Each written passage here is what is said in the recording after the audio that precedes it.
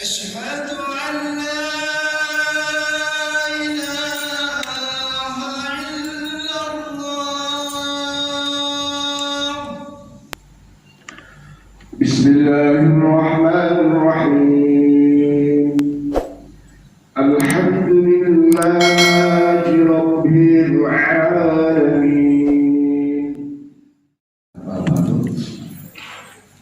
Hadirin hadirat Bapak Ibu jamaah Masjidil Salam, jamaah sholat subuh, terkhusus jamaah kuliah subuh.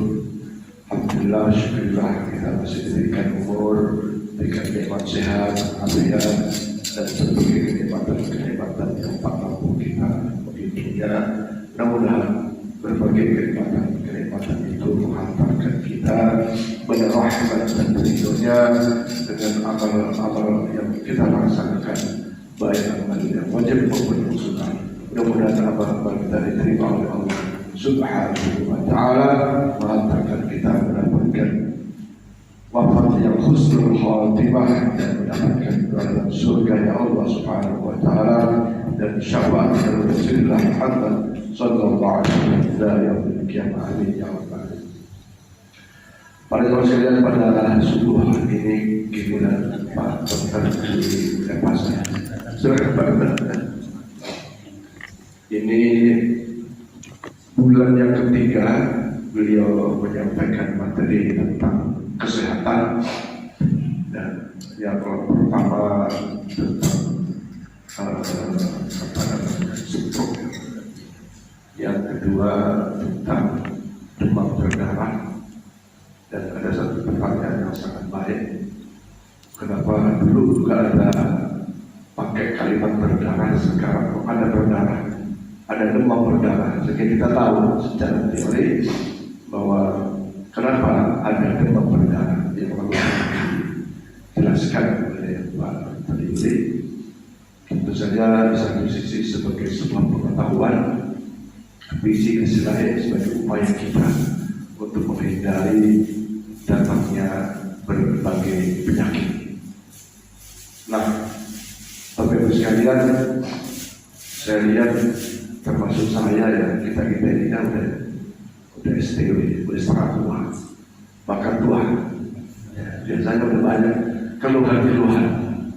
Kalau ketemu tua lebih banyak biasanya dokter, obat dan lain-lain tentang kesehatan. Memang begitu penting tentang sehat. Sampai-sampai ada yang mengatakan kalau kita sudah waktunya ajal, bagaimana ajal itu kita sambut dengan baik. Artinya meninggalnya dengan keadaan yang baik. Nah, Pak Dokter di samping materi disampaikan, kalau berkenan ya, mungkin bulan depan, bulan ini cepat sekali rasanya. Baru kemarin minggu lagi, baru kemarin Pak Dokter menyampaikan materi, sekarang lagi cepat sekali. I'malu ala makanatikum inni amil. Maka ayo kita berbuat, melakukan sesuatu yang baik. Nah, Pak Dokter, kalau barangkali ada di antara jamaah tes darah, apa namanya, tensi darah, ya kan, pusing terus kenapa gitu. Kalau kira-kira memungkinkan, ya. Termasuk misalnya saya ini juga lutut sakit, kalau lagi duduk mau berdiri itu agak ngilu-ngilu gitu.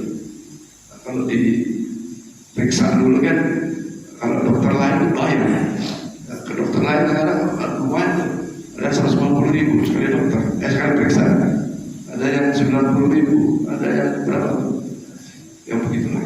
Nah, kalau Pak Dokter ini berkenan, boleh jadi materinya sedikit, tapi kepingin, aduh Pak Dokter, saya bolehlah tensi darahnya, terus ada apa namanya, resepnya.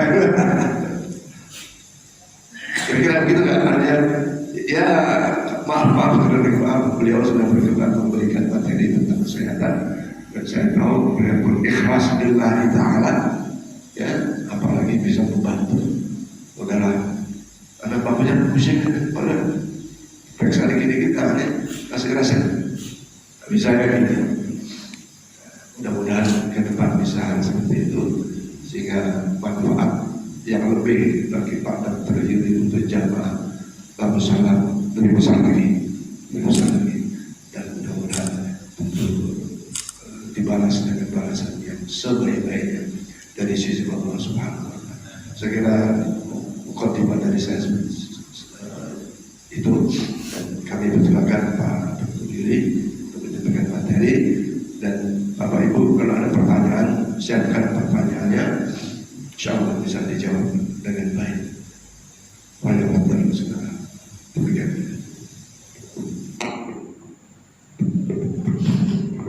Bismillahirrahmanirrahim. Assalamualaikum warahmatullahi wabarakatuh. Alhamdulillah, salatu wassalamu ala Rasulillah wa ala alihi washabihi ajmain. Terima kasih Pak Ustaz atas kalimat pembukaannya. Alhamdulillah hari ini kita berjumpa lagi untuk membahas salah satu masalah problematika kesehatan sehari-hari.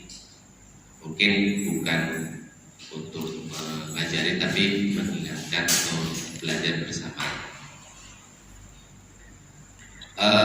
Seperti yang Pak Ustaz sampaikan tadi, waktu di bulan pertama kita juga memang ada membahas stroke tapi mungkin tidak terlalu dalam. Nah, kali ini kita membahas stroke mungkin sedikit lebih jauh, tidak dalam banget, tidak dalam sekali, tapi mungkin sedikit lebih jauh. Karena di tanggal 29 Oktober kemarin, 29 itu memperingati Hari Stroke Sedunia. Jadi mengambil momen itu, saya mungkin membahas tentang stroke. Yang mungkin akan saya sampaikan itu mirip kayak di bulan lalu. Seperti apa sih kalau kita di rumah, terutama di rumah, kalau misalnya ketemu yang kita curigai, mungkin entah seseorang itu keluarga kita, teman kita, tetangga kita, sejawat kita, kawan kerja kita di tempat kerja mungkin, kemudian jangan-jangan stroke nih. Karena banyak sekali kadang-kadang datang ke saya, mukanya pernah lihat ya, mukanya lumpuh sebelah gitu, lumpuh sebelah, tapi jalan, senyum-senyum, ketawa-ketawa. Lalu dibilang stroke kali ini gitu. Lalu datang ke saya dibilang stroke nih Pak, kata tetangga saya, seperti itu. Jadi padahal itu bukan stroke. Jadi ada beberapa kondisi yang mirip stroke seperti tadi. Wajahnya saja yang lumpuh seperti stroke, tapi begitu diperiksakan lebih lanjut, ternyata namanya Bell's palsy. Jadi cuma lumpuh otot wajah saja, titik, tidak berhubungan dengan saraf di otak, itu nggak ada. Jadi hal-hal seperti itu. Nah, alhamdulillah dari Kementerian sendiri, Kementerian Kesehatan itu sudah memberikan panduan paling gampang. Kalau kita di rumah ketemu curiga seseorang itu mungkin stroke, yaitu segera ke RS, itu singkatannya. Dan singkatannya ini juga sebenarnya sebagai warning atau pertanda menandakan segera ke RS. Jadi memang idealnya kalau memang kita curiga ke stroke, segera ke RS gitu, ke rumah sakit. Kenapa? Bukan ke dokter praktek ya, bukan ke bidan mantri ya, bukan ke klinik ya, bukan, RS, rumah sakit spesifik disebutnya. Kenapa? Karena memang idealnya bisa penanganan itu tuh cuma bisa dilakukan biasanya di rumah sakit. Kalau misalnya di kota-kota besar mungkin ada yang bahkan sampai stroke center, jadi cuma stroke aja. Kalau di sini kayak Pontianak Eye Center mata doang gitu ya. Tapi di kota-kota besar tuh biasanya ada juga yang cuma untuk stroke saja. Nah, apa sih itu segera ke RS? Se-nya tuh, S-nya itu senyumnya tidak simetris. Jadi gampangnya gini Pak, kadang-kadang kalau misalnya sampai di UGD pasiennya mungkin stroke tapi masih sadar ya, stroke bisa saja tidak sadar, bisa saja sadar. Itu suruh senyum aja. Kalau nggak suruh nunjukin gigi. nanti kelihatan wajahnya merot sebelah. Merot sebelah tuh kayak macam mana sih? Macam mana saya bedakannya? Jadi gampangnya gini ya, ini maaf. Kalau kita senyum, gak usah senyum lah, ngeliatin gigi aja gini, nanti lihat garis ini nih, ada garis di sini ya. Nanti garis itu hilang sebelah, pasti itu. Garisnya akan hilang sebelah. Paling. Nah, itu kalau senyum. Sebenarnya bisa yang lain, bisa gini pun bisa, monyok gini. Gitu. Itu juga bisa. Nanti dia kelihatan nggak bisa monyok. Atau misalnya sudah buka mulut, lalu lidahnya keluarkan, nggak akan lurus, nggak akan. Karena biasanya otot lidah pun bisa kena. Jadi nanti akan melengseng sebelahnya. Kayak entah kiri atau kanan. Ya, entah kiri atau kanan, itu paling gampang. Jadi paling gampang itu senyum tadi lah, suruh atau ngeliatin gigi aja. Kadang-kadang kalau pasien saya datang ke saya, Bu, liatin gigi senyumnya, malu dong. Terus kadang-kadang suka gitu. Tapi kalau di rumah suruh senyum nggak usah, suruh liatin gigi ompong kayak gitu. Enggak pakai kayak gitu. Langsung gitu, lihatin garis ini, ya, dari hidung menuju ke sudut bibir, ya. Jadi kalau hilang sebelah, biasanya senyum. Lalu gerakan gerakan separuh anggota tubuh melemah tiba-tiba, separuh anggota tubuh. Jadi kalau bilang, dok, kaki saya lemas sebelah, Pak, kaki saya lemas sebelah aja ini tangan enggak. Itu bukan stroke biasanya. Misalnya saraf jepit misalnya ya. Nah, kalau misalnya stroke itu biasanya sebelah, jadi melibatkan dari atas ke bawah, tangan juga, kaki juga.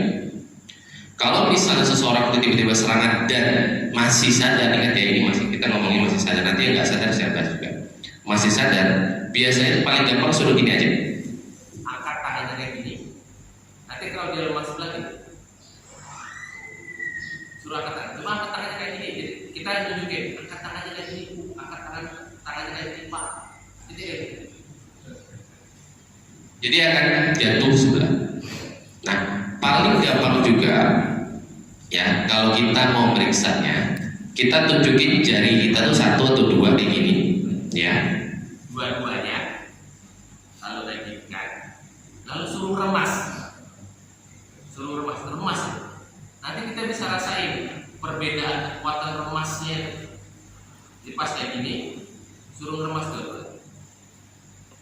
Ya bukan yang remas ini yang sakit ya, yang kita curiga ya, suruh remas. Kalau kayak gitu kekuatannya kok ada beda ya. Lalu tanyakan dulu, Pak Bu, Bapak Ibu biasanya kerja tangan kanan atau tangan kiri? Kalau misalnya dia terutama misalnya bilang, oh tangan kanan, tangannya ternyata keras banget, apalagi kalau misalnya orang yang bekerja fisik ya, banyak kerja fisik, tangannya kan kuat banget memang biasanya sebelahnya. Tapi kalau pas dia bilang, iya saya biasa kerja tangan kanan, kok malah yang lemah tangan kanan rasanya? Bisa jadi itu nggak perlu dokter, kita semua bisa lakuin. Karena dokter nanti ada pemeriksaan sendiri yang biasanya misalnya kayak pakai palu ya, pernah lihat kan ada palunya dokter saraf gitu, diketok-ketok gitu ya, kalau pernah lihat ya. Nah itu bisa pemeriksaan dokter. Nah kalau kita kayak saya ajarkan sendiri bisa dokter kerjakan, tapi kita sendiri di rumah itu bisa juga, nggak perlu memahami soal apa sih kayak belajar kedokteran, anatomi segala macam, nggak perlu. Jadi saya ulang, angkat tangan begini atau suruh ngeremas tangan. Bisa juga kalau kaki, antara dia duduk atau dia baring. Kalau dia baring suruh angkat kakinya kayak gini sambil kita tahan. Langsung 2 tangan ya, ditahan. Suruh angkat kakinya. Kalau kerasa lemah sebelah, lalu sama dengan tangannya juga lemah di sisi yang sama, bisa jadi stroke. Lalu itu ge yang baru ra-nya itu bicara.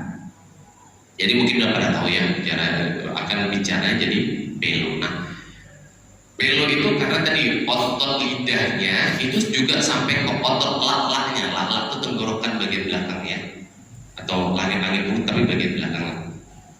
Jadi lalak itu kan depan belakang gitu ya, bagian belakang. Itu otot-ototnya itu ada ototnya juga, otot ikut lemah. Jadi biasanya dia susah nelan, dia ngomong gitu. Tapi ada juga yang perlu kita pahami adalah kadang-kadang mereka yang sakit itu, yang kena stroke itu bisa bicaranya tetap lancar, tapi pemahamannya tidak ada. Jadi kalau kita ngomong apa, dia jawabnya nggak nyambung bisa aja. Tapi lihat juga, jadi jangan lihatin ngomongnya doang, begitu ngomongnya salah dikit, oh stroke, enggak lah, lihat dulu lah kayak gitu. Lihat tadi tangannya lemes gak, kakinya lemes gak, kayak gitu ya. Kemudian senyumnya berubah nggak, garis-garis wajahnya gitu. Itu dilihat juga. Nah itu jadi bisa dia memahaminya nggak apa namanya nggak baik gitu. Ya namanya afasia wernicke mas. Oke. Kemudian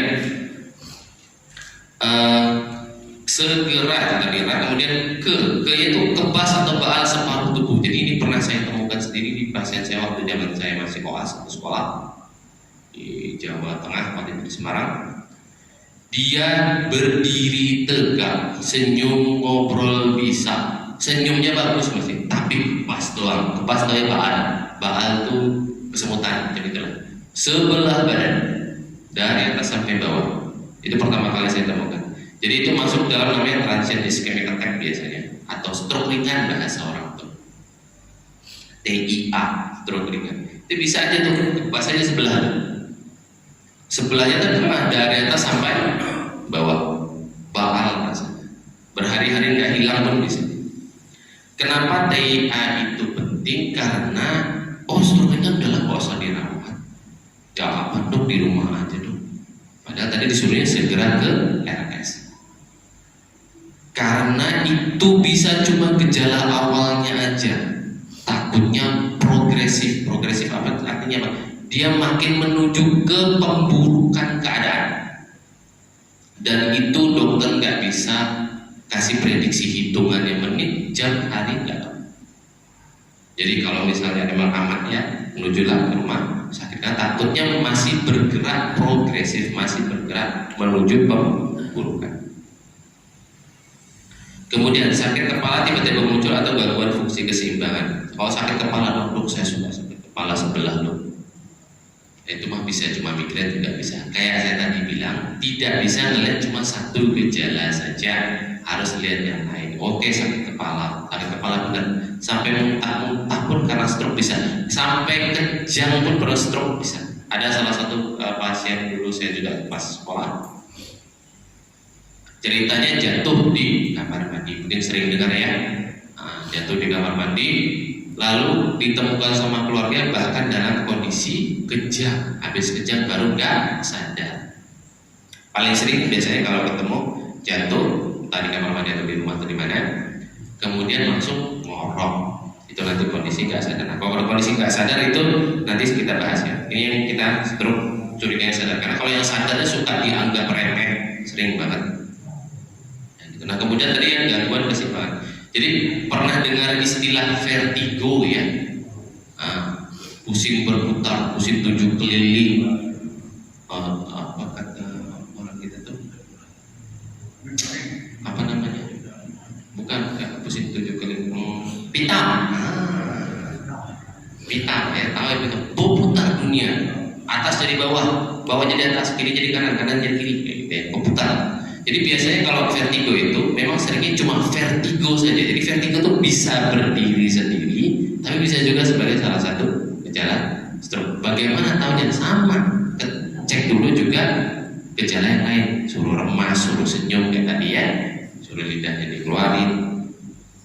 Ditanya nyambung nggak ngomongnya belok apa enggak. Jadi kalau tiba-tiba putar nih kayak orang mabuk kendaraan. Jangan saya stroke, enggak juga. Lihat dulu gejala yang lain. Kalau ragu-ragu sama tetap ke rumah sakit. Ya.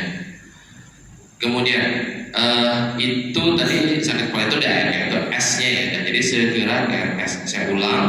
S-nya itu senyum, G itu gerak dari sebuah badan, R-nya itu bicara, kemudian K-nya itu kebas atau baal tadi. R-nya itu adalah rabun matanya. Oh ya, R-nya lupa. R-nya itu adalah rabun pandangan mata. Jadi kadang-kadang bisa saja, tapi saya seumur-umur belum pernah ketemu sih. Kalau ketemu pasien langsung ya. Jadi pandangannya tiba-tiba tuh sebelah tuh hilang. Gitu. Diikuti gejala lainnya, Jadi bisa aja R itu tadi rabun pandangan atau mata kabur secara tiba-tiba, S-nya itu sakit kepala atau gangguan besi. Susah dok ingatnya, nggak usah ngingetin singkatannya, nggak usah. Itu tadi aja tuh cara periksanya di rumah, sendiri di rumah. Kalau kita mungkin di tempat kerja, di sekolahan, di sekolahan anak-anak bisa. Kemudian kalau jarang ya, saya sendiri seumur umur baru ketemu 1 kali kalau nggak salah anak-anak saya curiga itu stroke. Kemudian tadi yang saya mau bahas bahwa antara sadar sama nggak sadar. Kalau nggak sadar gimana dok? Masa kita suruh angkat tangan, suruh senyum dok? Nanti sakit dibilang sinting lagi dibilang sakitnya ya saya yang sakit kan. Jadi kalau nggak sadar, tiba-tiba ketemu plok, entah dimanapun itu posisinya, lalu dia nggak sadarkan diri, bukan periksa pastikan dia stroke apa enggak itu dulu nomor 1, bukan periksa nadi itu dulu nomor 1. Denyutnya masih ada enggak, masih bernapas enggak, karena itu dulu nomor 1. Kalau itu masih ada, nggak usah mikirin yang namanya ini stroke apa enggak, langsung ke rumah sakit idealnya. Kalau dia antara sadar nggak sadar misalnya gitu, tiba-tiba kok kelihatannya jalannya harus dipapa gitu, itu sambil kita mapa sambil perhatiin aja. Kalau memang benar-benar nggak sadar lalu dia masih nadinya masih ada itu, dia mungkin tiba-tiba ngorok, paling gampang cubit tengah dadanya sini. Kalau cubitnya susah, tekan pakai gini bu, ini tuh tonjolin lalu tekan sekencang-kencangnya, pas tengah tulang dada, tulang pedang, jadi bentuknya emang kayak pedang gitu, tulang sternum. Pas ditekan dia akan kesakitan. Pada saat kesakitan anggaplah dia lumpuhnya kiri, nanti dia gitu. Di tangannya ini lumpuh kiri ya, lumpuh kiri. Ini mau nangis itu gitu. Ini kok nggak gerak? Itu juga kakinya, begitu kena habis-habis kayak gitu. Ini tapi mas bisa lagi. Jadi kalau pusingin itu sebenarnya musik perlu tahu itu sebenarnya enggak sih. Udah kalau nggak sadar rumah sakit itu penting. Bikin beda halnya kalau misalnya ketemu nggak sadar, nadi nggak ada, nafas kelihatannya nggak ada, udah pompa jantung. Pernah lihat ya kalau di TV ya pompa jantung ya. Kalau pompa jantung itu dok saya takut dok, pompa jantung takut rusuknya patah pun nggak apa-apa sekalipun, karena memompa jantungnya itu lebih penting, lebih diutamakan. Karena kalau sepatah-patahnya rusuk, biasanya kalau kita pompa jantung, nanti saya kasih tahu kedalamannya itu nekannya harus berapa banyak ya. Kalaupun itu karena memompa jantung itu kita mensimulasikan seolah-olah jantung itu benar-benar lagi memompa juga pas kita nekan dadanya itu. Ya, jadi begitu nggak ada nadi, nggak ada nafas, pompa jantung. Jadi pompa jantung paling gampang itu, mohon maaf saya contohkan ya. Jadi tangan kanan menyimpan tangan kiri masuk di sela jari, taruh di sama tulang pedang ya tadi 2,5 cm, kalau susah 3 jari di atas bulu hati, pas 3 jari letakkan, pas di sini letakkan, tekan kurang lebih sama kedalamannya 3 jari atau 2,5 cm, tekan 30 kali 1, 2, 3, 4, 5, 30, tiup mulutnya. Dok, nggak sempat tiup mulutnya. Nah kalau tiup mulutnya mungkin kalau pernah lihat di TV itu hidung ditutup, leher disangga sedikit baru tiup. Itu benar-benar bisa, makin cepat makin besar kemungkinannya bisa terselamatkan. Kelemahannya dari kita di Indonesia adalah biasanya itu kita masih takut, ragu-ragu untuk melakukannya. Jadi kerjakan saja, walau amit-amit ya rusuknya patah sebenarnya pun amit-amit gitu. Tapi kalau bisa kerjakan saja. Kalau anak-anak jangan kayak gini ya, jangan satu tangan. Kalau bayi bahkan kayak gini. Itu aja di titik yang kurang lebih sama. Ya, jadi 30 banding 2, 30 tekan, 20 ditiupkan nafas. Dok, yang kita masukin itu kan pas kita masukin nafas ke mulut kan itu kan nafas karbon dioksida dong. Kok dimasukin ke situ dong? Sebenarnya masih ada sisa oksigennya. Jadi pada saat kita tarik nafas lalu keluar, itu sisa oksigen yang masuk di cabang paru-paru itu masih ada. Jadi pas kita keluarkan itu masih ada oksigennya. Dan juga pas masukin karbon dioksida atau nafas yang keluar itu juga bisa memicu kimia darah atau kimia darah kayak gitu ya. Bisa memicu kimia darah supaya kita bisa nafas atau si sakit bisa nafas spontan. Karena pada saat itu kita masukin CO2-nya. Harapannya dia akan terangsang mau bernafas secara spontan. Kurang lebih seperti itu. Ya, jadi selalu saya tekankan apa sih yang kita kerjakan di rumah. Kalau ketemu sakitnya ini dan itu, gitu ya. Kayak kemarin kondisinya sakitnya apa, hari ini stroke, gitu. Yang di rumah kita bisa kerjakan. Ingat ya, jadi jangan dibawa lagi ke dokter, ke materi, ke bidan, ke puskesmas misalnya. Kalau bisa ke rumah sakit. Kalau puskesmasnya kalau ada UGD-nya nggak apa-apa, boleh. Karena biasanya mereka mumpuni untuk mengerjakan. Saya rasa itu aja. Monggo untuk masuk ke sesi tanya jawab. Di luar materi pun boleh. Seperti biasa. Terima kasih. Baik, para teman sekalian, kita telah mendengarkan bagaimana istilah indikator bahwa ada yang sadar dan tidak sadar dan yang ada aktivitasnya itu. Saya kira tadi caranya pendeteksinya, insya Allah ingat lah ya, apakah beginian dan senyum atau menunjukkan gigi konyol tadi ya, tapi yang kalau tidak sadar dan seperti tadi dilakukan gerakan-gerakan untuk membahagiakan. Baik para teman sekalian, mudah-mudahan kita tidak mengalami hal yang tidak diinginkan, walaupun kita meyakini suatu ketika pasti ada sakit di antara kita. Tapi dengan pemahaman itu insya Allah antisipasinya, solusinya bisa dilakukan. Yang di antara tadi segera ke RS. Silakan kalau ada yang ingin ditanyakan. Pak Jul, kemarin demam berdarah, ada pertanyaan? Ya, Pak Kasibun, Pak Jumul, Pak Kasibun.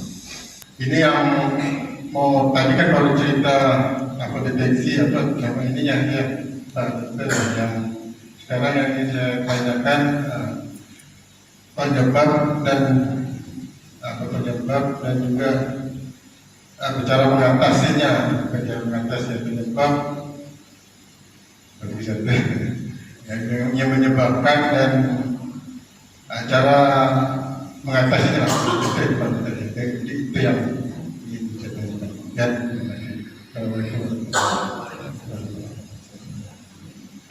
nah, kalau penyebab itu mungkin kita semua lazim juga saudara pada mengetahui. Darah tinggi bisa, rokok, kemudian diabetes atau kencing manis itu juga bisa menyebabkan pembuluh darah itu mengalami kerusakan, baik itu pecah, baik itu tersumbat. Kolesterol, ya, pengentalan darah ini biasanya suka ditakut-takutin kadang-kadang juga.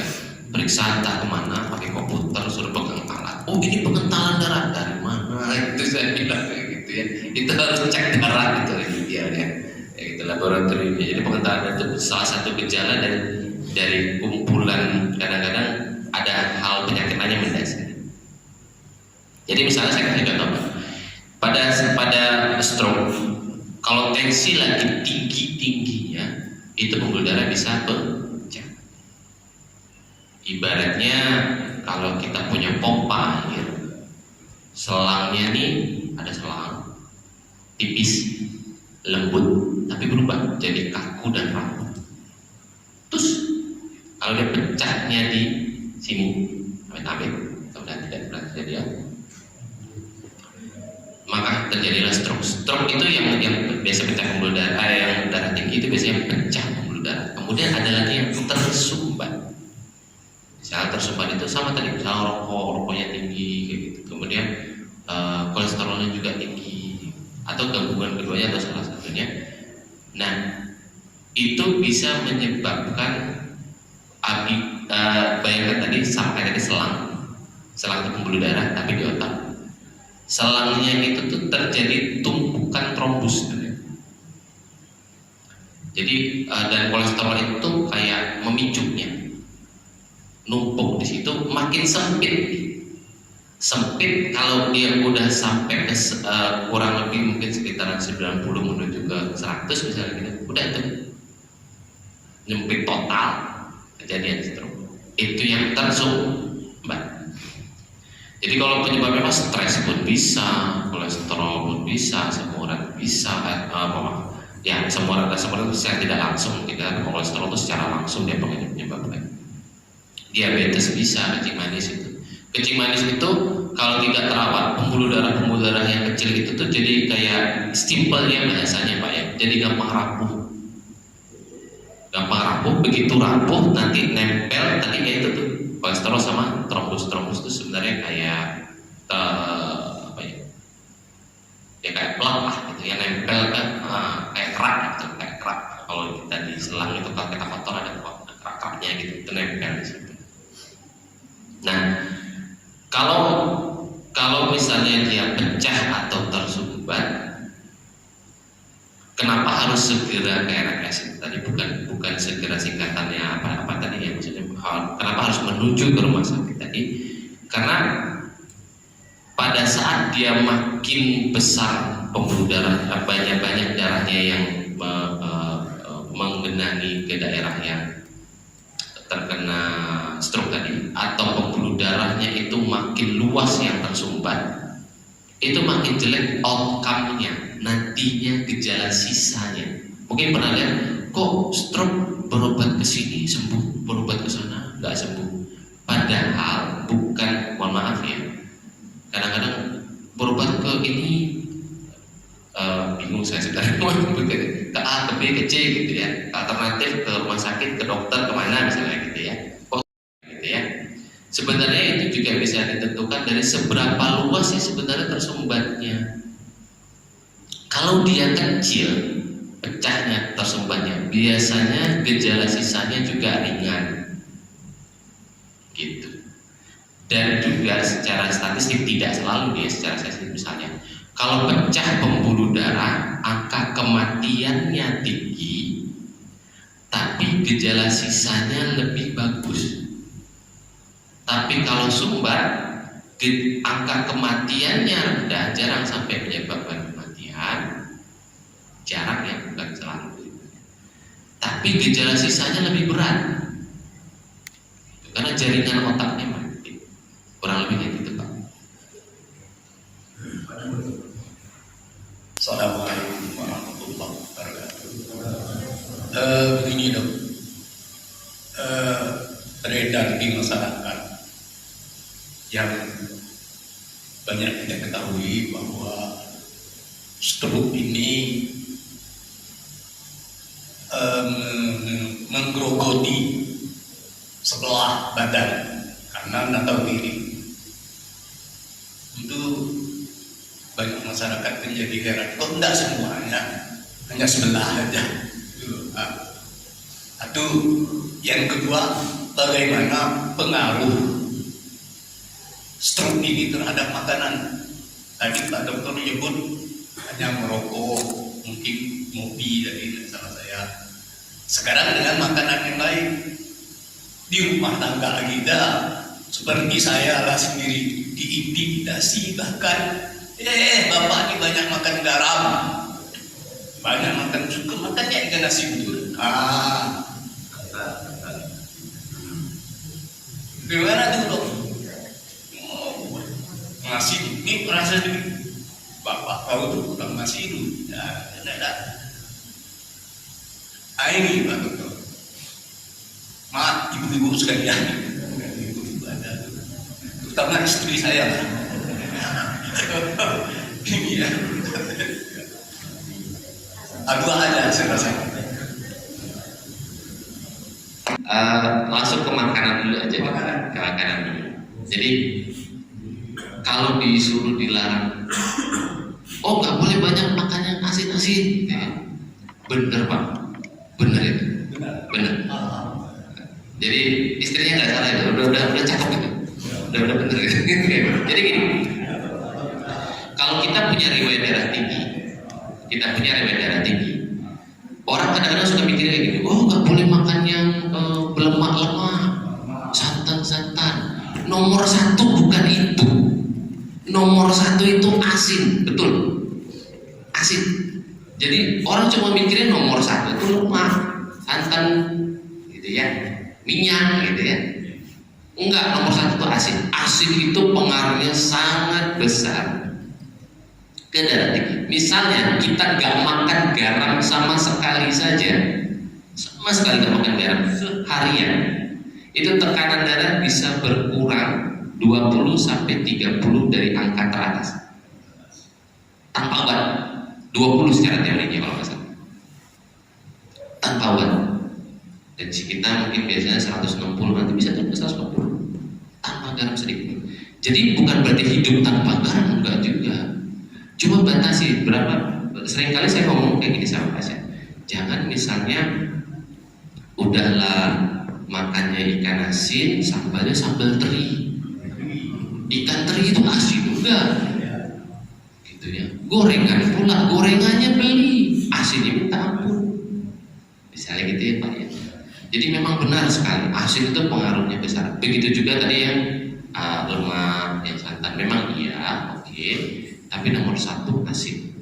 Karena asin atau garam itu kalau kita pecah lagi nanti ada natrium. Natrium itu membendung air di ginjal. Pada saat dia membendung air di ginjal, tekanan dalam pembuluh darah lebih tinggi. Simpelnya gitu ya, walaupun tidak sesimpel itu. Jadi benar sekali. Kemudian kok stroke sebelah saja ya, gitu ya. Nah ini Allah punya kuasa. Allah menciptakan kita itu, otak itu yang kanan untuk badan kiri, yang kiri untuk badan kanan. Ya.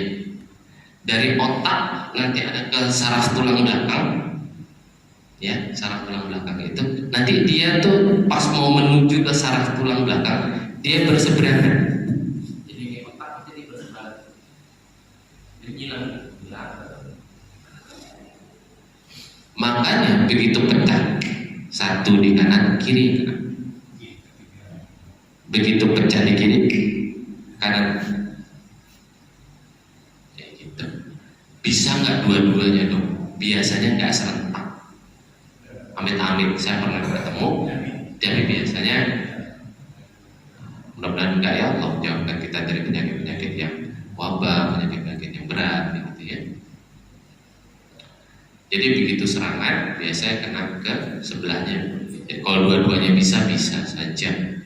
Nah, dan oh ya soal dua-duanya. Kalau sekali kena stroke, potensi secara statistik tadi, potensi tidak pasti selalu, potensi secara statistik kena lagi itu tinggi. Jadi makanya dijaga itu memang benar juga ya. Terima kasih. Kembali. Ada kalau yang kena sebelah kanan itu cenderung lebih mudah cepat tumbuh itu. Sebaliknya kalau yang kena sebelah kiri kemungkinannya agak berat gitu. Gimana tuh? Siap Ustaz, terima kasih. Bismillah. Jadi kalau kecenderungan sebelah kanan lebih cepat sembuh, sebelah kiri cepat sembuh, sebenarnya kembali lagi tadi ke areanya yang terkena seberapa luas. Kalau memang dia areanya yang tidak terlalu luas, itu biasanya dia penyembuhannya akan lebih baik.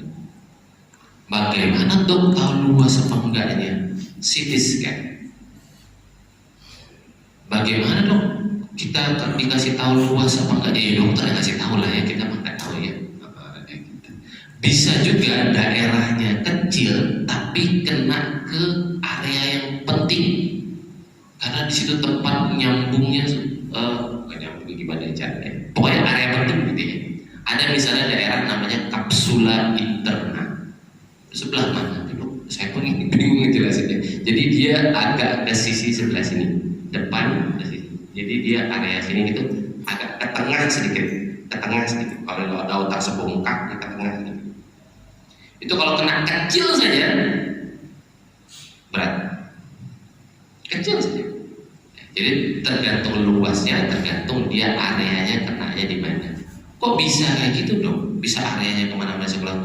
Karena pembuluh darah otak itu bayangin aja ya, kayak misalnya ada pohon, daunnya saya rontokin semua, ada 2 pohon, lalu pohon ini rantingnya kiri dan kanan sama. Pembuluh darahnya ini yang menuju otak, ini cabang, itu di kiri dan kanan. Coba. Jadi bisa saja kalau misalnya pecahnya 2 titik misalnya, pecahnya 1 titik tapi pembuluh darahnya kena cabang yang besar, bisa juga. Pas kena cabang yang ujung kecil aja ya, mendingan tuh alhamdulillah. Kurang lebih gitu Pak. Silakan ibu pada yang ibu silakan. Terima kasih Pak. Assalamualaikum warahmatullahi wabarakatuh. Ada 2 pertanyaan. Yang pertama, apakah orang yang sering kena vertigo itu bisa mengakibatkan stroke?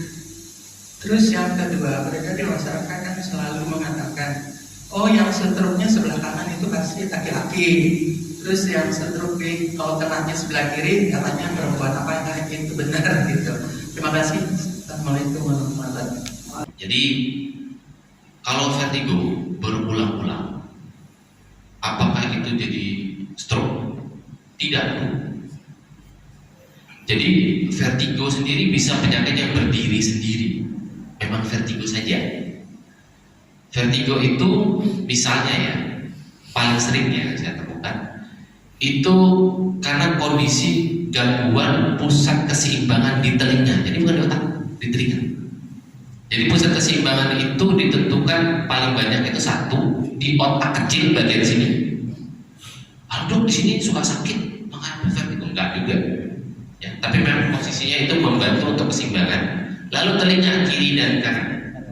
Makanya biasa orang vertigo ada yang kayak gini keluhannya. Dok saya kalau merengin kepala begini, muter dok.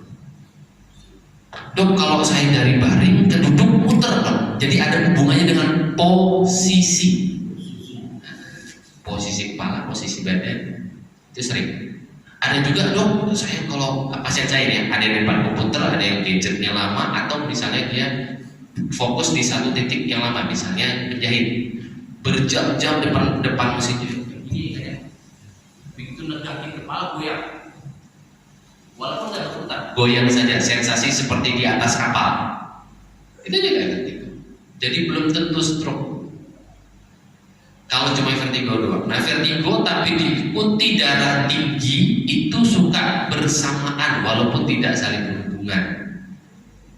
Jadi kalau 1 gejala vertigo saja khawatir lalu berulang-ulang jadi stroke, itu tidak, bukan jadi stroke. Enggak. Gitu. Tapi vertigo bisa salah satu gejala dari stroke, jadi dibalik. Jadi lihat dulu gejala yang lain ada enggak? Senyumnya tadi berubah, tangannya berubah, jatuh 1, gitu ya. Suruh ngeremas kok kekuatannya berkurang, lihat gejala lain. Kemudian pertanyaan kedua tadi, oh ya perempuan dan laki-laki, mitos itu Bu. Iya jelas itu. Insya Allah enggak kayak gitu. Ya kurang lebih kayak gitu. Terima kasih. Baik, pada sekarang waktu tinggal 2 menit. Mungkin ada sebelah sini. Mana? Jadi para jamaah sekalian, insya Allah pada bulan depan Pak Dr. Yudi Bonsar akan membawa hak pensi. Jadi Bapak Ibu yang ingin pensi darah, ya silakan nanti kalau waktunya kita atur mungkin di halaman sana. Ya. Mungkin gantian ya, semuanya masih agak berbeda. Sekaligus kalau ingin musim itu minta resep dan insya Allah dia akan bantu, dan itu terjadi masih meringankan beban kita terhadap pembiayaan tentang kesehatan. Saya kira satu hal yang sangat positif, dan itu sekali lagi kami sampaikan terima kasih banyak. Jadi mudah-mudahan ini bermanfaat dan kita mendapatkan manfaat dari ilmu tentang kesehatan pada setiap kita. Para jemaah sekalian, mari kita tutup dengan doa. Mudah-mudahan Allah memberikan keberkahan di dalam kehidupan ini, memberikan kesehatan sepanjang kita hidup ini. Insyaallah dengan sehat itu bisa kita melaksanakan berbagai tugas dan kewajiban kita secara sempurna. Sholat aja kan dengan sempurna, rukunya, sujudnya dan seterusnya. Tapi kalau sakit, ya walaupun ada keadaan darurat, tapi maunya kita sakit. Itu antisipasi sebelumnya. Bila dalam kabul bijaya sedang Rasul, ada hadiniyah, illa ila wa isyabat Rasulullah, wa li qadril hajat bihadal jamah kullu, hajat dunia, hajat al-akhirah, hajat bijasad al-syihah wal-afiyah al-fatihah.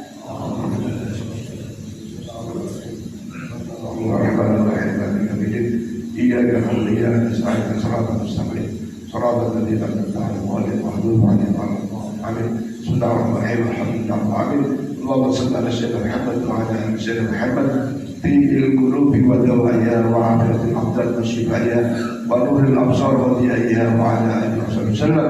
اللهم إنا نسألك العفو والعافية، نسألك تمام العافية، ونسألك دوام العافية، ونسألك الشكر على العافية، ونسألك الغنى عن الناس. اللهم يا رحمن يا رحيم الحمد، اللهم يا غني يا مغني يا رزق يا وهاب، اللهم يا قاضي الحاجات اقضي حاجتنا يا الله، اقضي حاجتنا يا الله في هذا الجمع فنسألها كلهم، حاجة الدنيا وحاجة الآخرة، حاجة لنفسه وحاجة لأولاده، حاجة لأهله برحمتك يا أرحم الراحمين. اللهم بحق الفاتحة سر الفاتحة وبجاه الفاتحة وبكرامة الفاتحة وبنور الفاتحة وبمعجزة الفاتحة وبشفاعة الفاتحة يا مالك يا كاسب يا مجيب دعوة المبتلين رحمة الدنيا والآخرة، ولا إله أنت ترحمنا وارحمنا برحمة تغنينا برحمة أسماء دوام بأسماء الله والحياة الدنيا زمان. وآخر دعوه أن الحمد لله رب العالمين في وسيلة ما نتقبل إليه لأن الله أجمعين. والله أكبر. والسلام عليكم ورحمة الله وبركاته. صلى الله على محمد صلى الله عليه وسلم. صلى الله على محمد صلى الله عليه وسلم. صلى الله على محمد صلى الله عليه وسلم. صلى الله على محمد صلى الله عليه وسلم. صلى الله على محمد صلى الله عليه وسلم. صلى الله يا ربي صل عليه وسلم.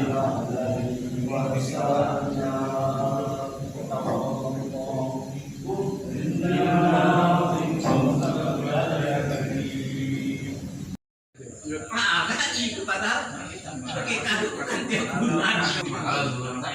Ayo, Banyak banget pengalaman saya kena Ustaz. Terserah jamaahnya yang datang mau periksa gitu kan, kayak buka praktek lah gitu. Cuman ke Solo Jawa Timur gitu. Juga buka praktek. ada lagi gitu awalnya. Kalau اللهم صل على محمد اللهم صل على سيدنا محمد اللهم صل على سيدنا رسول الله وبركاتنا ومولانا